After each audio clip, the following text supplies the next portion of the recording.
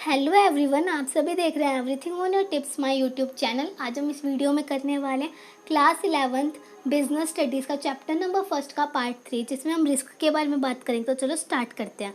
तो फर्स्ट जो हमारा पॉइंट है रिस्क में, business risk arise due to uncertainties. Uncertainties की वजह से हमारे रिस्क अराइज होते हैं। अब अनसर्टेनिटी चीज़ मतलब क्या है?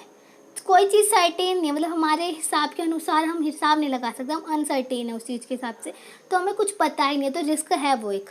कैसे? Uncertainty refers to the lack of knowledge, हमें उस चीज़ की नॉलेज नहीं about what is to be going to happen in future, कि फ्यूचर में क्या होने वाला है, हमें इसकी नॉलेज ही नहीं है।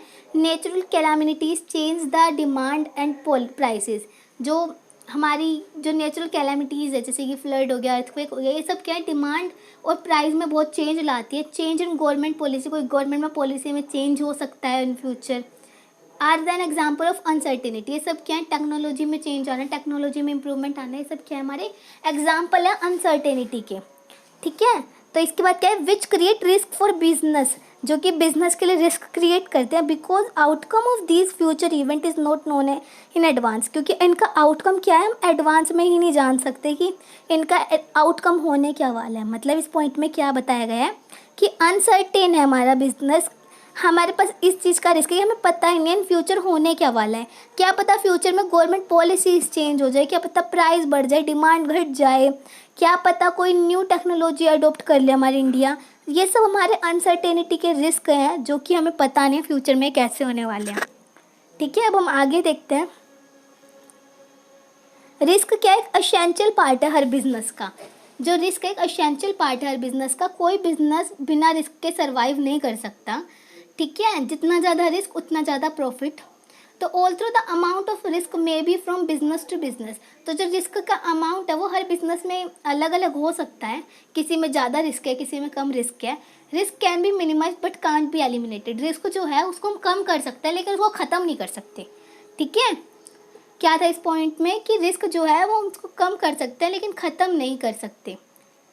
अब आगे profit is the reward of risk taking. जो प्रॉफिट है वो क्या है, रिस्क टेकिंग, रिस्क लेने का रिवॉर्ड है कि हमने रिस्क लिया उस वजह से हमें प्रॉफिट हो रहा है। नो रिस्क नो गेन, अगर कोई रिस्क नहीं तो कोई प्रॉफिट नहीं। In old age principle we apply to all type of business, greater the risk involve in a business higher the chance of profit.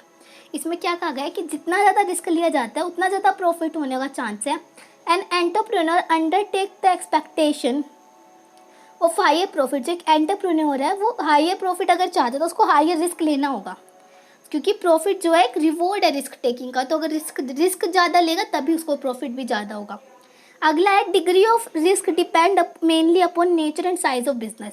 जो रिस्क है वो हमारा किस पर डिपेंड करता है, नेचर और साइज। हमारा बिजनेस कितना बड़ा है, उसका नेचर कैसा है, बिजनेस कौन से टाइप का बिजनेस है, उस पर रिस्क डिपेंड करता है।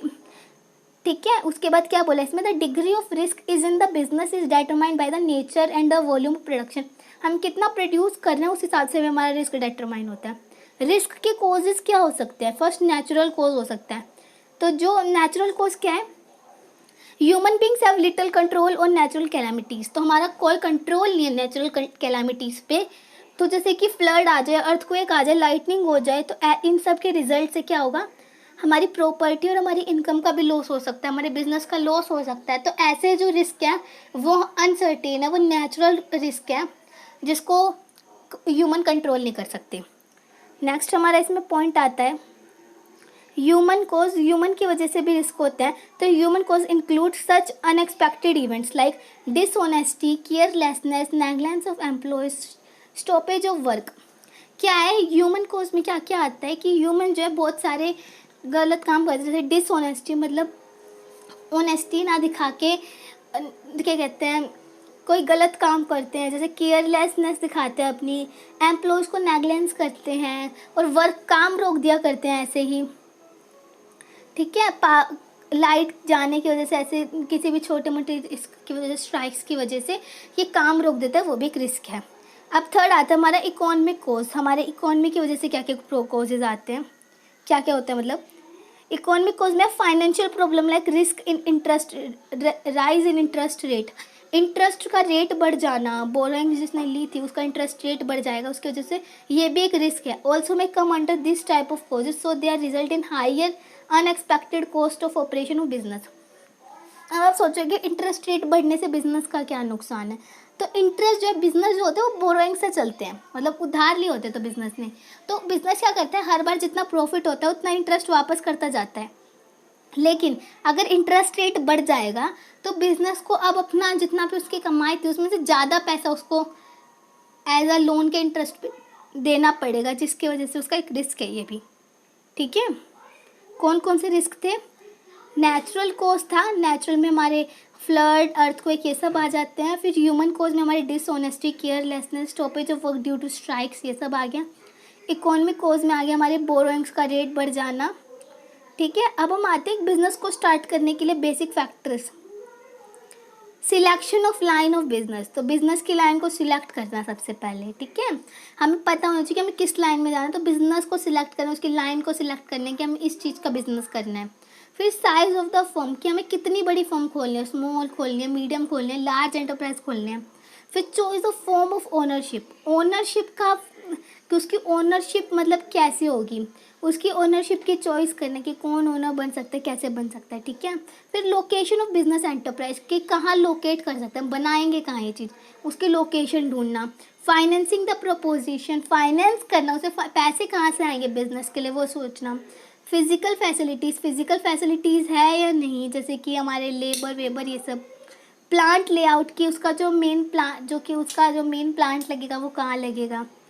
Competent and committed workforce, workforce available है कम कॉस्ट पे या नहीं है। टैक्स प्लानिंग की, टैक्स की प्लानिंग करते हैं कि कितना टैक्स आ सकता है, कैसे आएगा। आगे आता है लॉन्चिंग द एंटरप्राइज, लास्ट आता है हमारा लॉन्च करना, फिर एंटरप्राइज हम लॉन्च कर सकते हैं। तो ये सब क्या था, हमारे बिजनेस के बारे में था कि इसमें रिस्क पढ़ा आज हमने इस थर्ड पार्ट में, कि रिस्क कौन कौन से हो सकते थे। एक बार स्टार्टिंग से एक बार देख लेते छोटा सा फटाफट। तो रिस्क क्या है, अनसर्टेनिटी की वजह से अराइज होते हैं, हमें पता ही नहीं होता फ्यूचर में क्या होने वाला है, किस चीज़ का प्राइस बढ़ जाए, किसका घट जाए, कोई पॉलिसी चेंज हो जाए, टेक्नोलॉजी चेंज हो जाए। और जो रिस्क है एक एसेंशियल पार्ट है बिजनेस का। फिर हमने पढ़ा प्रॉफिट की, प्रॉफिट ही हमारा रिस्क का रिवॉर्ड है। जो प्रॉफिट है वो हमारा रिवॉर्ड है रिस्क टेकिंग का। अगर एक पर्सन ज़्यादा रिस्क लेता है तो वो ज़्यादा प्रॉफिट जनरेट करेगा।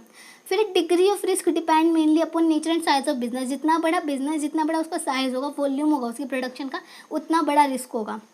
कॉजेज में हमने पढ़ा नेचुरल कॉज, जो कि रेनफॉल क्या सॉरी फ्लड, अर्थक्वेक की वजह से आते हैं। ऐसे कॉज जिस पर ह्यूमन का कोई कंट्रोल नहीं है, वो नेचुरल कॉज। ह्यूमन कॉज में आता है हमारी डिसऑनेस्टी, हमारी केयरलेसनेस, काम को रोक देना छोटी छोटी बातों पे, स्ट्राइक्स लेना बहुत सारी। तो ये सब क्या हमारे ह्यूमन कॉज में आता है। फिर अब हम देखते हैं इकोनॉमिक कॉज। तो इकोनॉमिक कॉज में क्या, इंटरेस्ट बढ़ जाता है, जिस इंटरेस्ट रेट बढ़ जाए क्या पता, जिसकी वजह से हमारी जो ऑपरेशन कॉस्ट है वो ज़्यादा हो जाए। ठीक है, बिजनेस को स्टार्ट करने के लिए क्या क्या चीज़ें, selection of line of business, line select करना बिजनेस की, उसका साइज चूज़ करना, ओनरशिप चूज़ करना, लोकेशन चूज़ करना, फिर उसे फाइनेंस करना, फिजिकल फैसिलिटीज़ अवेलेबल करना, प्लांट का लेआउट करना, फिर क्या कहते हैं वर्क फोर्स को इकट्ठा करना, ढूंढना, टैक्स प्लान करना, और फिर एंटरप्राइज को लॉन्च करना। तो यही था आज की वीडियो के लिए। अगर आपको इन सब के नोट्स चाहिए तो आपको पीडीएफ में मेरे इंस्टाग्राम का लिंक मिल जाएगा, वहाँ जाके मुझसे नोट्स ले सकते हैं। और आप अगर आपको कोई इसमें डाउट है तो आप मुझसे वहाँ मैसेज करके भी पूछ सकते हैं। Okay bye.